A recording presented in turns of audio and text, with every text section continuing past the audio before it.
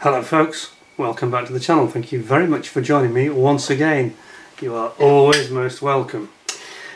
Now it's time for some interesting blasts from the past.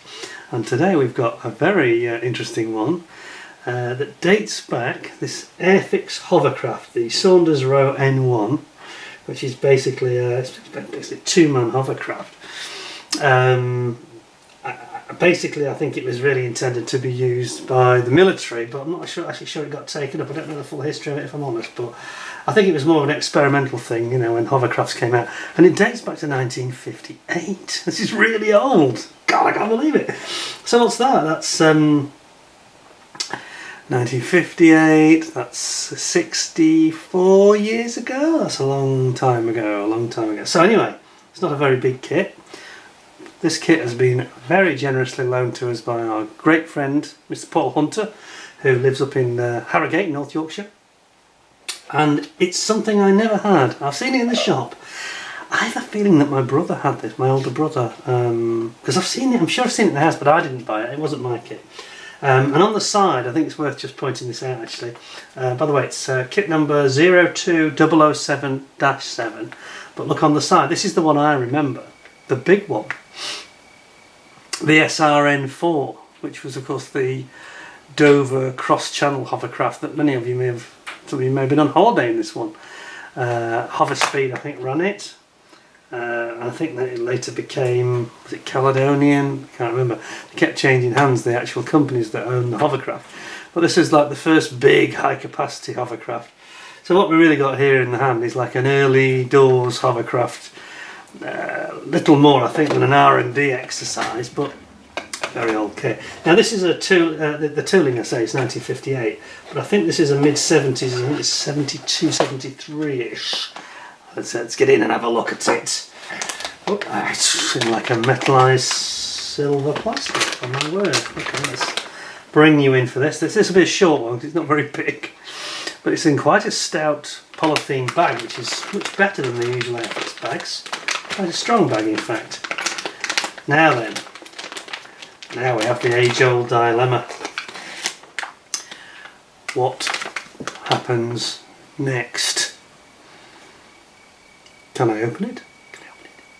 I think we should. I think we should open it and have a really good careful, slow look at it, because it won't take long.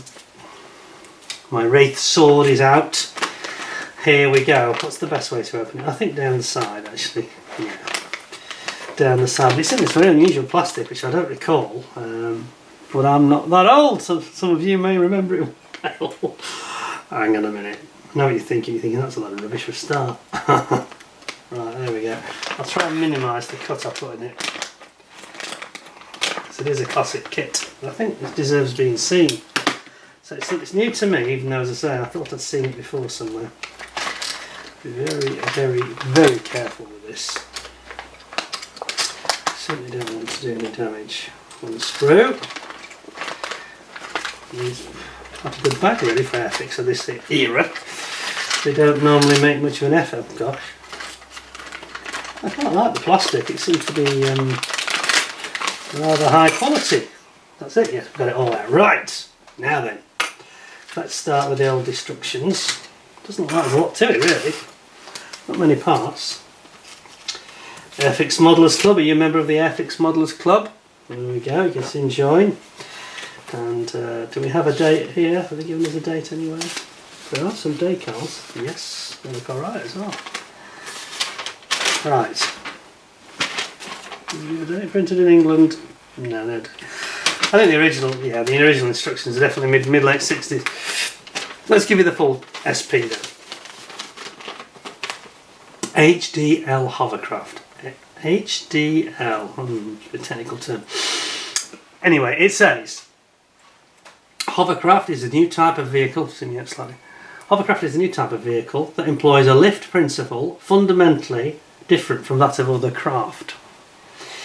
It is supported on a cushion of air and operates at heights just sufficient to clear waves and surface irregularities on the land. The lift principle of hovercraft was discovered and developed by Mr. C.S. Cockrell. Early experiments were made as a private venture back in 1957, and the Ministry of Supply sponsored a programme of assessments and research to be carried out by the Saunders Roe Limited Company in 1958, and the National Research Development Corporation took over the sponsorship of Hovercraft and awarded a contract to Saunders Roe for the building of this SR-N1. In January 1959, Hovercraft Development Limited was formed as a subsidiary of the National Research Development to administer the project. SR-N1 was built and to prove the hovercraft principle, so I was right, it's an R&D project, and therefore only as an experimental machine with space for the pilot and his observer, 2 men, as I said. Although on demonstration it carried 20 fully equipped soldiers and is powered by a 450 horsepower Alvis Leonidas engine, giving a hovering height of 13 inches and a maximum speed of 25 knots. It's quite quick. It's certainly quick for the mid-60s. It weighs nearly 4 tonnes and is 30 feet long and 24 feet wide. Wow, okay. So let's have a look then. So yes, it's an experimental early hovercraft. Here we are. See them everywhere now, don't you? Louisiana swamp and all over the world. So, looks fairly straightforward. We have got the basic sort of skirt area here where the actual air rides beneath, and then we've got our huge engine here with the intake on the top, blows air down obviously to give the thrust, and then there's a venting. They've got these jets that blow it forward or back, so that you can choose whether you go forwards or backwards or spin it around. You've got nozzles here, a bit like the Harry principle, isn't it? You've got nozzles to direct the energy in different directions to give you directional stability and control, and you've got like a front rib at the front. Then, come a bit closer, then we've got stowage boxes, and you've got the frontage has got the cockpit basically in it here, with your sort of windscreen. Fairly rudimentary, I've got to say. It's not entirely enclosed. There's no doors. It's just really a cover over the top and a windscreen, really. That's about it. And you've got 2 pilot and co-pilot, control stick, etc. And then you've got your rudders here, like vane control rudders at the back. And you've got some wheels as well, which obviously, whether they actually extend on the real thing, I'm not sure. Do they come down? No, I think they just sit there, and when it's on land, obviously it runs onto the, like casters almost, aren't they? Onto the wheels, and then you end up with it here. So there is your experimental hovercraft. How interesting! It's very different, isn't it? Something. I mean, obviously it was at the time this would be a completely new technology, you know. And of course, it had a military aspiration in terms of the potential end use. Yes, I know what you're all doing. You're all looking over my shoulder at what's behind my head. More on that some other time. Don't worry, it's coming. It's coming. So let's have a look at what we've got in terms of the actual parts then. So we've got this little decal sheet which looks in reasonably good condition, a bit yellowed as were the instructions, but not too bad. I don't think it would, maybe not your first choice, but you know, I'm sure it could be, could maybe still be used. Although they are, maybe not, because they are supposed to be white and black and they've gone yellow. They're really yellowed, haven't they? Okay. Interesting. Perhaps not then. I've got a lovely bit of the original tissue there to go with it. And then we have got these parts. So let's sort of look at them in the right order. We've got this sort of skirt, the top and bottom of the hovercraft. And it's in this very rather pleasant, I think, actually, plastic. This looks very good quality. It's very smooth and it's very solid feeling. Feels quite decent. There we go, that's the way it's going to go, like so. Okay, and then on top of there we've got our well, there's the engine parts that go either side, and then you've got your sort of trumpet going in here. I think it actually goes something like this. Paul's thinking, don't make it, don't build it, don't make the glue out, whatever you do. You go something like this, and then you end up with it with the trumpet on top, and then there's a bit of engine in between like that. My fingers are in the way. And then you've got this rib at the front, which goes in there. but it's nicely moulded. It's kind of raised panel lines, but that's the way that the actual hovercraft is, I think. It's all these raised little ribs. And then underneath, it's a lot smoother underneath, obviously. I'm just trying to figure out exactly where the air is blown out of. I'm guessing it's blown out at the side. Yeah, okay. Yeah, it's complicated, this, isn't it? It's like a science lesson, oh my god. Right, anyway, there we go. But I have to say that the moulding quality is really nice, and it's much nicer than we saw recently. That's really nicely moulded. It's a lot nicer than we saw with the Dornier recently, which is the old Dornier, which was from the 60s. That was later, that was 10 years later than this. So actually this is quite nicely done. That looks like intake trumpet for a carburettor, doesn't it, on a car? And it's almost good enough to be one, frankly. It's really nicely done. No, I've seen no flash or anything horrible so far at all. So that's a great start. Then we've got this, I mentioned there's this sort of rib piece at the front. This rib section at the front, and then you've got this the ducting where it blows out some of the air. It's all ducted through the centre of the craft and then blows forward or aft, and it's got these angleable flaps on it that actually direct it to give you the, you know, like thrust vectoring effect in real terms. So you've got that one there, then you've got one over here. It's got the little casters on it, if you get the focus to come in. And there we go. And again, the ducting system here again, little casters when it's on land here. That's the front of your rib. But look at the quality of the moulding, and yeah, you can see there's a bit of flash on the sprue. There's no flash on the parts, is there? Here you've got your rudders, directable rudders at the back. Very cool. Nice sprue. This is good for Airfix. Now look at this. Oh, it's getting better and better and better. Look at this. This is the actual intake turbine fan blade for the engine itself. Look at that, quality-wise. 1958, really? That's really nice. There's a little tiny hint of flash on the end of the blade, but almost nothing. I mean, that's beautifully formed. You know, that's almost Tamiya-like, almost. You know, given its age, what did we say it was? 68 years. Good grief. That's actually, no, 64 years anyway. That's just remarkable. Like it indeed. Then there is the clear part. Should I open this? Yeah, go on. This is tricky. This is the way that Airfix used to do things, of course. They used to wrap it, which is very sensible. They wrap it in a little bit of padded, I think it's tissue, and a little bit of padded plastic or bubble wrap. I can just gently undo this, causing too much distress. New blade, so it should be alright. Yes, there we go. There we go. Now then, yeah, it's bubble wrap, isn't it? 1970s vintage bubble wrap. This, and here is the windscreen. Wow, there's a lot of bubble wrap for a very small windscreen. I have to say, it's not the greatest. Thank you. Got there in the end. It's not the greatest looking clear part I've ever seen. Yeah, that's not the kit's strong point, if I'm being honest. It looks a bit very thick, a bit crude. Yeah, and it's got, obviously it has a wiper blade that goes on one side. That's why the pilot sits the driver, in effect. Still having trouble with this focus. Yeah, there we go.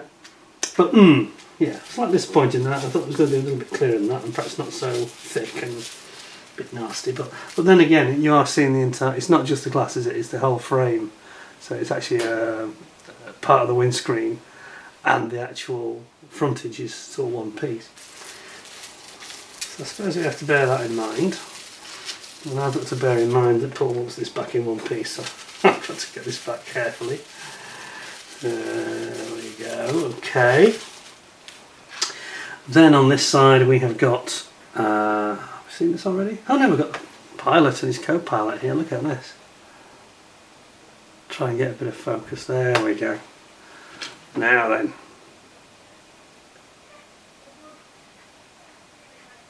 it's not bad actually, you know, for the time. These guys look, yeah, a little bit, no, maybe not that good. Maybe they are of their time. A little bit sort of blobby, aren't they? A bit alien-like, really. And then we've got the venting system again. That blasts all the propulsion air. And then we've got on the other sprue, we've got a couple of little supports that are off the sprue, and we have got the engine, the bell sort of housing that goes around the bottom of the engine here, both sides of it. And then there's the lower, I think it's the lower impeller blade here that blows it down. So there we go. And this is where the windscreen goes actually, isn't it? It goes on top of here. This is the frontage of the in front of the cockpit, empennage, whatever they call it. Well, I've got to say, I wanted to see this because I've not actually seen the kit before, but I wasn't terribly optimistic about the quality. But in fairness, apart from the clear bits, which is not terrible really, but maybe lets it down a little bit, but the sprues are very clean. The plastic quality is particularly good on this actually. I was quite surprised. And it's this almost like a metallic plastic that Airfix obviously into. Very 70s, you know. What a nice little kit though. Better than I was expecting, if I'm honest, quite a bit better. How many points out of 10 for that, do you think?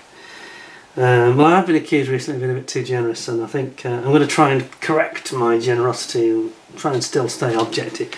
I think it's a sort of an 8 out of 10. I think it would have been maybe 7.5, 8. The presentation is quite good. It's got the history, you know. This is what makes us chuckle, isn't it? You know, you've got this opposite scenario from the Chinese. The Chinese today are all about moulding quality and nothing else. And now, back in the 60s and 70s, it was kind of the opposite. It was all about presentation and history. And the moulding quality was a bit bad, but this isn't. This is actually really good. So we have got there rather a nice kit. Much better than I was expecting. I mean, you throw that together in an afternoon, no problem at all. And in a day and a half, you'd have that painted, finished and done, you know. And it's a nice little kit. One other thing that's quite amusing, by the way, is that it's got the original price on the side, which I should show you here.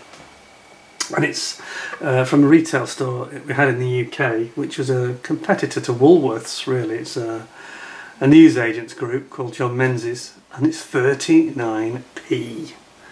Wow. So that's 39p, and this is a Series 2. It does say Series 2 on the side there. So this is not the cheapest series, so if you think about it in terms of Airfix stroke Matchbox, so it's like the Matchbox Orange range, that was their Series 2, this is the Airfix Series 2. So 39p was cheap. I mean, yeah, that does definitely date it for about 73, I think, thereabouts. Anyway, I'm going to give it 8 out of 10 because I like the plastic, and some of the moulding quality of these parts is really fine and it's solid and quality to it, you know. It just looks really nice. You put your impeller on that and it's almost built already. Anyway, 8 out of 10, and very pleasantly surprised by that. Hope you'll give me at least 10 out of 10 with a good old thumbs up. And don't forget, if you haven't subscribed to the channel, you should definitely, if you like this sort of thing, you should definitely do so. And it's important that you ding the notification bell, and you'll get reminded when any more of these videos come up. You get early warning. And in the meantime, we have got another one to come. You probably see it on the desk actually, because I didn't put it out of shot.